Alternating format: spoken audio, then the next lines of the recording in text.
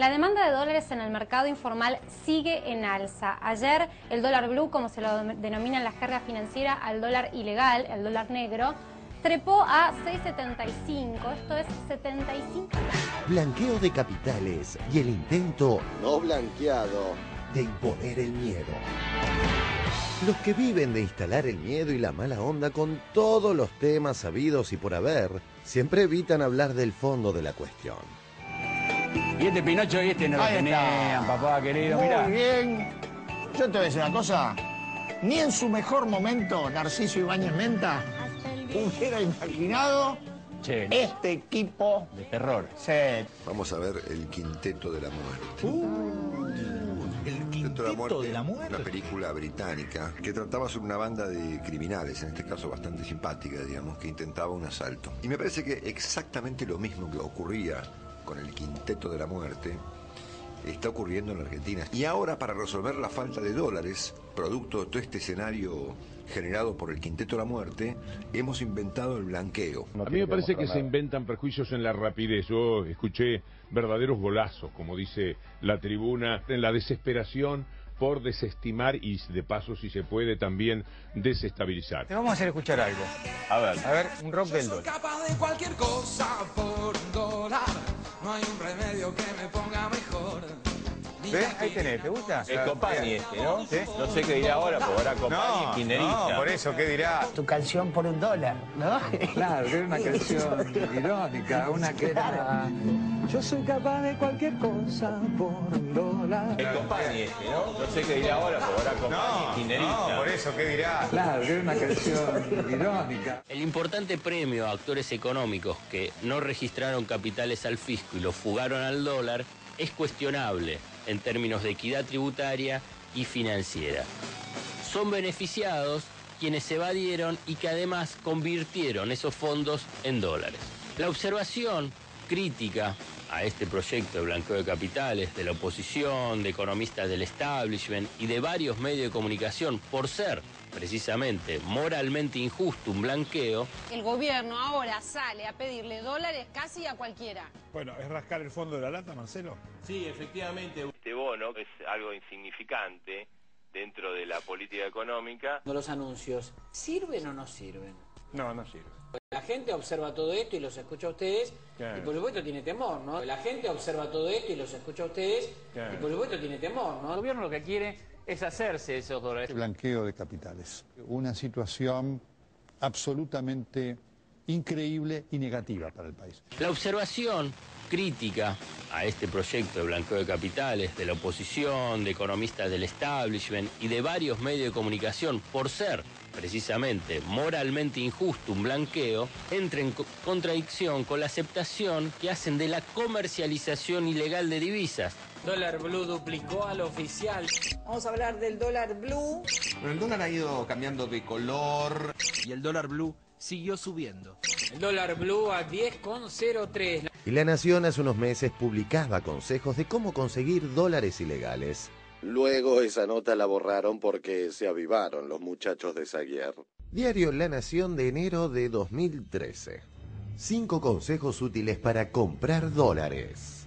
Recomendaciones para adquirir las divisas en el mercado formal y paralelo.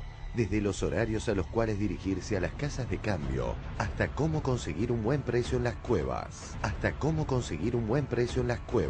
Y hablando de La Nación, la tapa de ayer cita como importante la supuesta opinión de quienes causaron adrede la crisis hipotecaria en Estados Unidos. En la tapa del diario La Nación de ayer, Wall Street cree que el blanqueo no evitará una devaluación. Para cerrar, quienes siempre hablan de cómo está el mercado inmobiliario, ahora ocultan las opiniones de los representantes del sector que se manifestaron a favor de la medida. Vamos a conversar con Roberto Arévalo, expresidente de la Cámara Inmobiliaria Argentina. Me interesaba la opinión suya porque ustedes son los implicados en esto. ¿Cómo lo están analizando? Lo tomamos como una cosa positiva. Tizado, presidente de Tizado Propiedades. Me interesa saber por qué Tizado está entusiasmado. Digamos. Yo creo que va a ser muy importante porque realmente va a ayudar a reactivar el mercado. Y creo que hay una decisión política de tomar una medida que... ¿Qué opinaba el general Perón en 1971?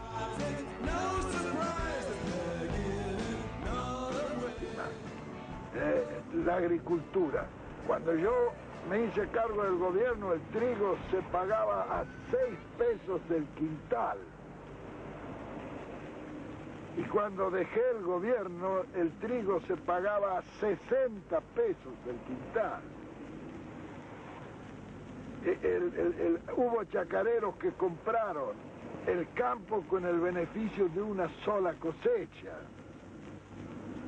Y se realizó, a pesar de lo que muchos niegan, una reforma agraria que en el primer plan quinquenal entregó 500.000 de hectáreas en propiedad. Y debía de haberse entregado 1.000.000 de hectáreas en el segundo plan quinquenal. Cuando yo me hice cargo del gobierno no se fabricaban ni los alfileres que usaban nuestras modistas.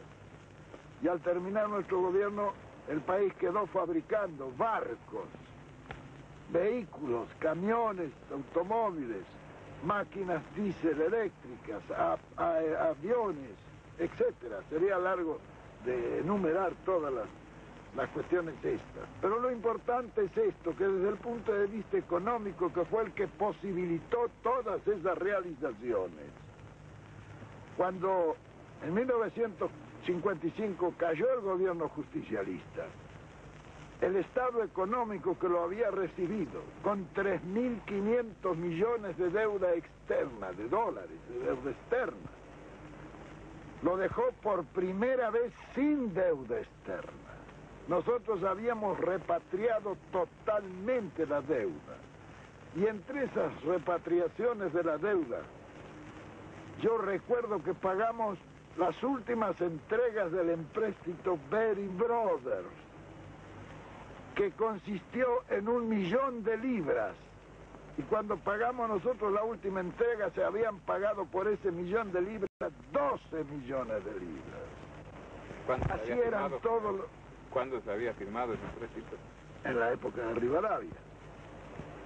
Bien, imagínense ustedes lo que representaban los empréstitos de 1.000.000 de libras que se pagaban 12 millones.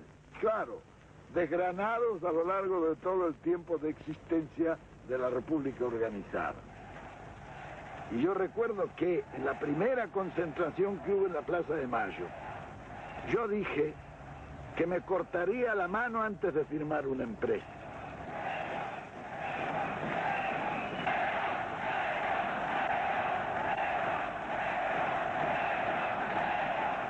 Quería quemar mis naves por si me sentía en algún momento tentado. Y lo hice por una simple razón. El dólar americano, en su valor adquisitivo, no es, diremos, el valor fiduciario escrito en el billete, porque está sobrevalorado sobre eso. Y esto se comprueba muy fácilmente. Hay una ley fiduciaria de los Estados Unidos que dice que al que va al Banco Federal le entregan el oro correspondiente al billete que entregue. Si usted va a la Reserva Federal y le dice ¿cuánto vale una onza Troy? Le dirán $35. Usted saca $35 y dice, deme una onza Troy, no se la venden ahí porque ellos no venden oro. Entonces hay que ir a vender al mercado, a comprar al Mercado Libre. En el Mercado Libre, usted pide la onza Troy y le dan el oro. Pero ahí vale de 40 a 45 dólares la onza Troy. ¿Qué quiere decir eso? Que los 35 dólares por onza Troy es falso. Los americanos fijan el valor del oro por el dólar, no el valor del dólar por el oro. Si usted hace un empréstito en los Estados Unidos, supongamos de 100 millones de dólares, ya al firmar el empréstito usted va perdiendo el 25% por la sobrevaloración de la moneda. Porque el valor adquisitivo de una moneda no es el valor fiduciario escrito en el billete, sino el oro que representa. Ahí pierde el 25%. Pero, como no le dan dinero, menos oro, usted está obligado a comprar en los Estados Unidos, prescindiendo de la licitación internacional.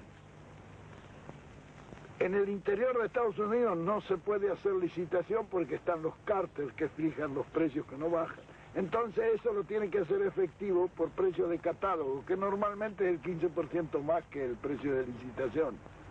Entonces, a ese 25% que perdió, tiene que agregarle un 15% y ya son 40% que lleva perdido de esa empresa.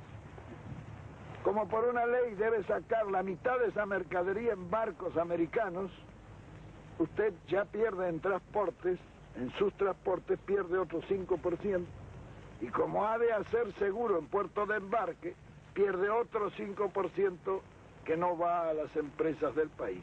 Y con eso ha perdido el 50% del empréstito. Ese 50% del empréstito, al hacerlo efectivo, tiene otra cantidad de filtraciones. De manera que el país recibe como beneficio un 30 o 40% del empréstito. Pero después el pueblo tiene que pagar los 100 millones de dólares más el interés. ¿Cómo se pueden hacer empréstitos en esta Es lo que ocurrió con desde el primer empréstito que se firmó. Natural, ¿no? Y con todos los empréstitos que han hecho ahora. Todos los empréstitos que se han hecho ahora han pasado por este proceso. Bien, siguiendo con nuestra cuestión. Claro, cuando resolvimos esos y muchos otros problemas que sería largo enumerar, prescindimos de las formas de asalto con que nos han estado tratando los imperialismos durante un siglo y medio.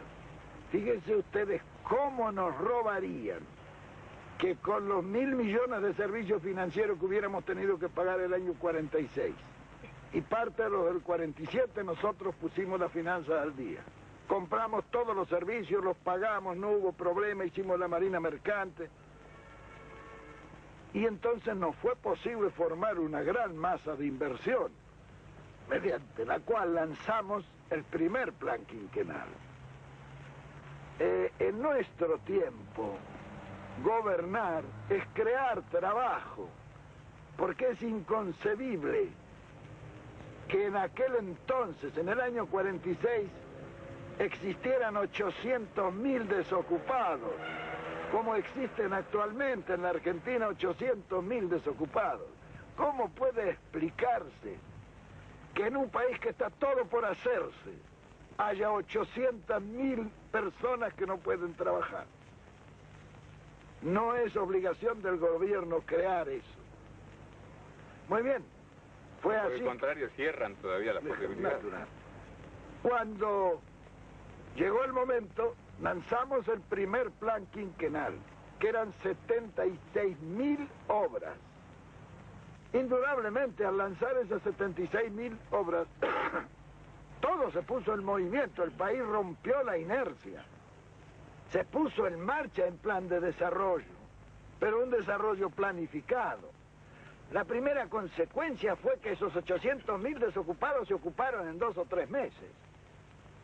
Cuando se ocuparon los 800.000 desocupados, los salarios subieron solos, porque cuando hay plena ocupación, el salario no hay que impulsarlo, sube solo. Claro, cuando subieron los salarios, el poder adquisitivo de la masa popular, que es el verdadero consumo, se multiplicó varias veces. Al multiplicarse y subir el consumo, eso tonificó inmediatamente al comercio, que se atresó para satisfacer la demanda de ese consumo multiplicado. Eso demandó a la industria la transformación necesaria para la distribución por el comercio. Y en consecuencia la industria se puso en marcha. Y todo el mundo comenzó a pensar en el desarrollo industrial, porque no es cuestión de hablar de un desarrollo siempre teóricamente y en los papeles. El desarrollo es como el apetito que viene comiendo, hay que empezar a hacer. Entonces, pero hay que crear las condiciones de que eso sea un proceso fatalmente provocado por otro proceso al cual está encadenado. Tan pronto se puso en marcha la industria y comenzó a necesitar materia prima, la producción hubo de abastecérsela. Y así el ciclo de la producción, la transformación, la distribución y el consumo quedaron, diremos, en proceso de progreso, de aumento. Naturalmente que la habilidad nuestra no fue otra que mantener esos 4 factores del ciclo económico bien nivelados y armónicamente promovidos. Y cuando se mantiene el equilibrio en ese ciclo económico y se desarrolla el trabajo, nos permitió pasar de una economía de miseria a una economía de abundancia. Algunos dicen que nosotros tuvimos una situación privilegiada de posguerra. No, mentira. Todo lo que nosotros hicimos fue lo que creó 10 años de abundancia y 10 años de felicidad para el pueblo argentino.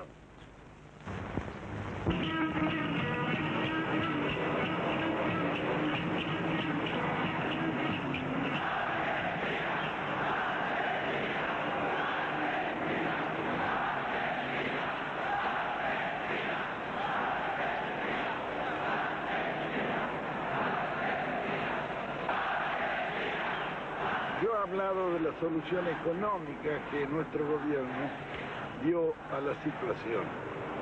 Pero es indudable que esta situación económica hizo posible también todas las reformas sociales, que serían largas de enumerar.